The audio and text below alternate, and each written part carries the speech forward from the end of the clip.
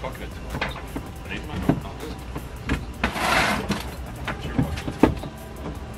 For those of you guys that are new to the Honda Accord game, Hondas like to use a feature called ANC, or automatic noise canceling. In this particular year, it's located right here. My guess is they've already disconnected it, but we need to get the glove box out anyways to get the radio out. Unsnap the piece here above the glove box to get it out.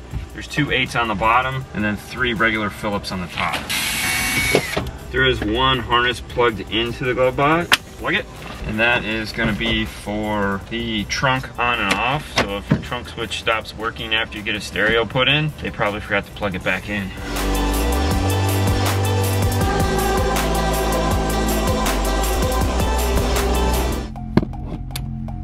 Ooh, spooky.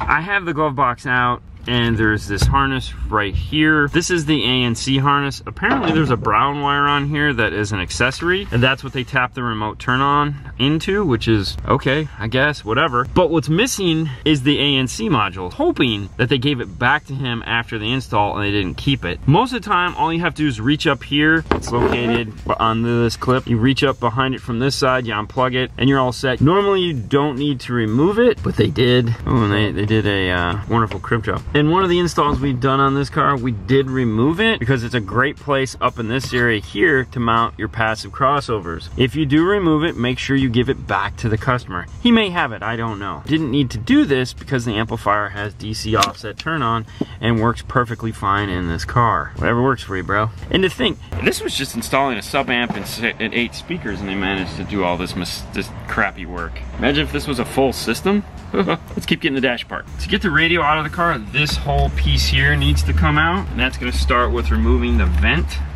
If we skip over any steps and you're like, oh my gosh, I missed that, we have a 5-part video on one of these where we did a lot of really in-depth work on. You can go back and watch those if you have one of these cars and you feel like we didn't adequately answer a question or show you something thoroughly. Now I finally needed my panel tool to get the little push to start button off here, just because it's kind of slippery and I couldn't get in there.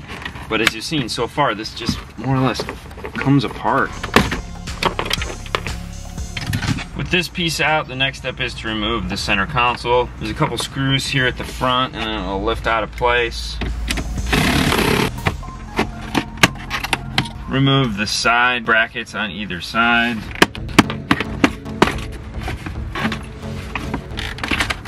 A couple more screws will get this pocket out. And when you slide this pocket forward, it only comes forward a couple inches because the USB that they put in here is so god-awful tight, and it's kind of a pain to get out. There's 2 little clips on it that do this, that lift apart from one another, and then you can slide it out.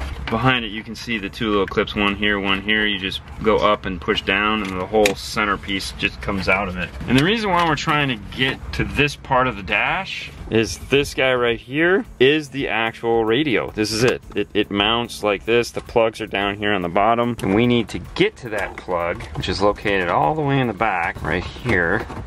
Remove the antenna, the brown, to get to it. Unplug your USBs or whatever you need to do to get to the harness.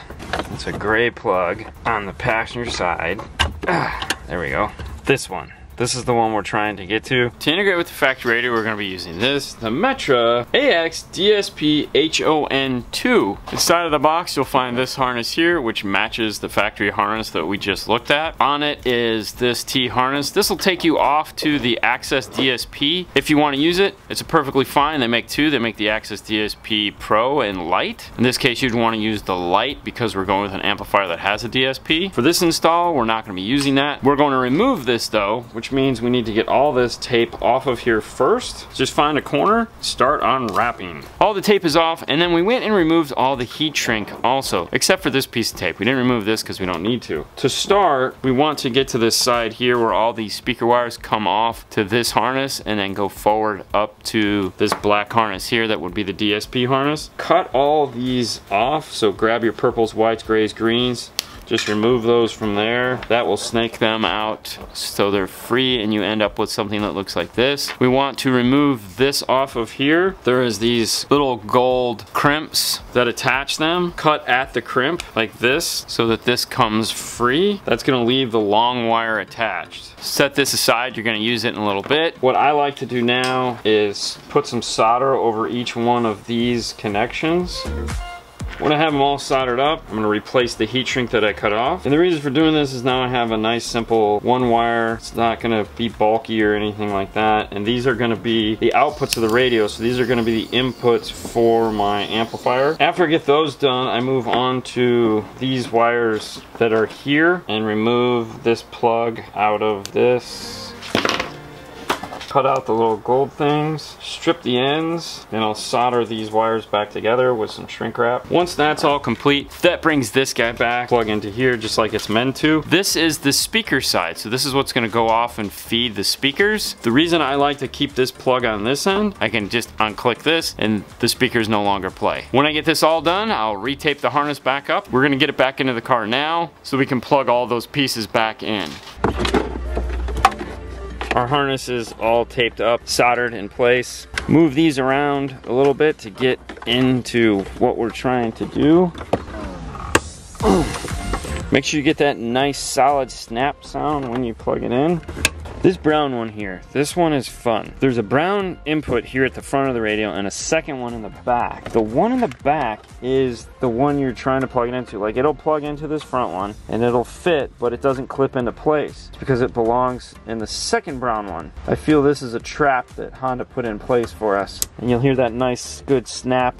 With everything plugged back in, we can plug in our T-harness now. Tuck our harness into place, make sure everything is plugged in nice and tight. We have our wires that we need to get to on this side here, that plug. And then I've just tucked the other wires over here for now, because what I need to concentrate on is this USB mount. And I'll show you what I mean. Let's head over to the bench. This is our bass knob control center. The Q-Class kicker has a harmonic restoration device built into it, and it's fully adjustable from this device right here. You have master subwoofer volume control, boost, center frequency, then you have the width of the center frequency. It's really nice feature. The downside is it's a pretty big knob. It's not small, and it needs to go somewhere where you can get to it to have access to all those cool features. At a previous installation, we had put it right here, and that's a nice place for it. Problem is it's a pain in the butt to get it in there because you have to relocate this USB, which is very, very short. So we've come up with a different idea, and this is what happens when you have time to think about a problem. It's a standard USB. There's no reason why we can't just plug an extension into it and mount it wherever we want. Before it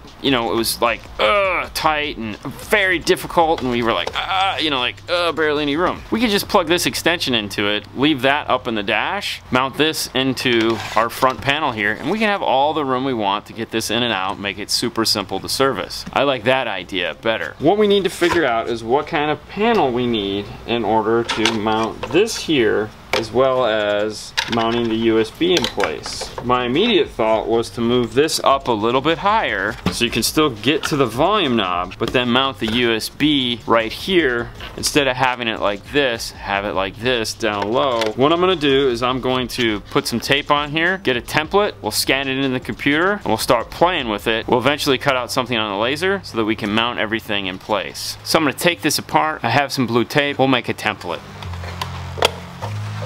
When making a template out of blue tape, I like to make 2 layers of tape, one going one direction and then the second going the other direction.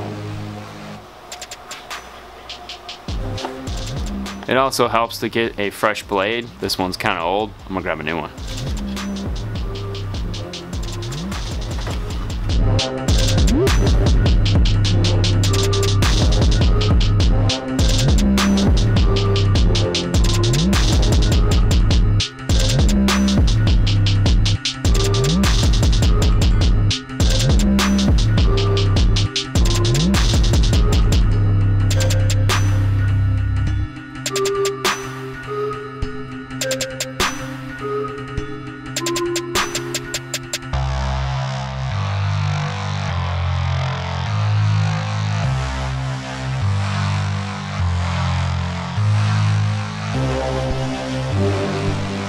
After some fun and excitement, we have a good piece here that we can get onto the scanner and scan in and start manipulating it and hopefully come up with something that'll all fit in this area.